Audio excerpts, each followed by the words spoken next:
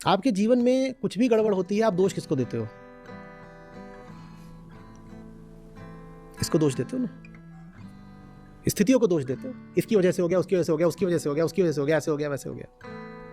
प्रकृति के प्रति जो दोष दृष्टि रखेगा वो प्रकृति से कभी मुक्त नहीं हो पाएगा। प्रकृति माने माया, पूरी सप्तशती प्रकृति के बारे में। प्रकृति को जो दोष देगा, माने जीवन को और संयोगों को जो दोष देगा, बाहरी स्थितियों को, परिस्थितियों को जो दोष देगा, वो कभी मुक्त नहीं हो पाएगा।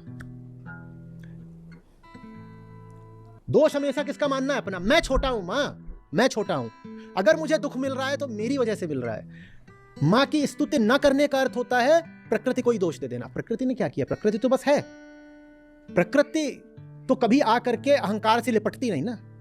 ये लिपटने झपटने का और बंधन स्वीकार करने का काम कौन करता है? अहंकार। और दोष किसको देता है? प्रकृति को। स्तुति का मतलब होता है आत्मज्ञान, अपनी गलती देखना, प्रकृति पे गलती नहीं डालना। ये मां की स्तुति है।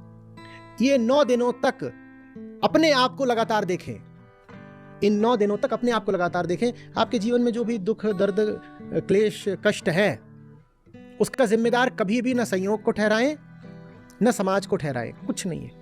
अगर कुछ हुआ है तो मेरी वजह से हुआ है। मां, तू तो मां है, मां कभी बच्चे को दुख देती है क्या? पर आज तक मैं अज्ञानवश किसको दोष देता रहा? मां को दोष देता रहा। मां क्षमा।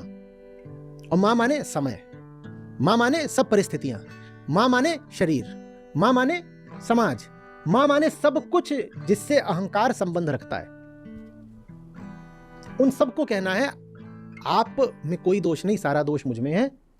मैं आपके सामने करबद्ध हूं, नमित हूं। ये नव दुर्गा की विधि हुई।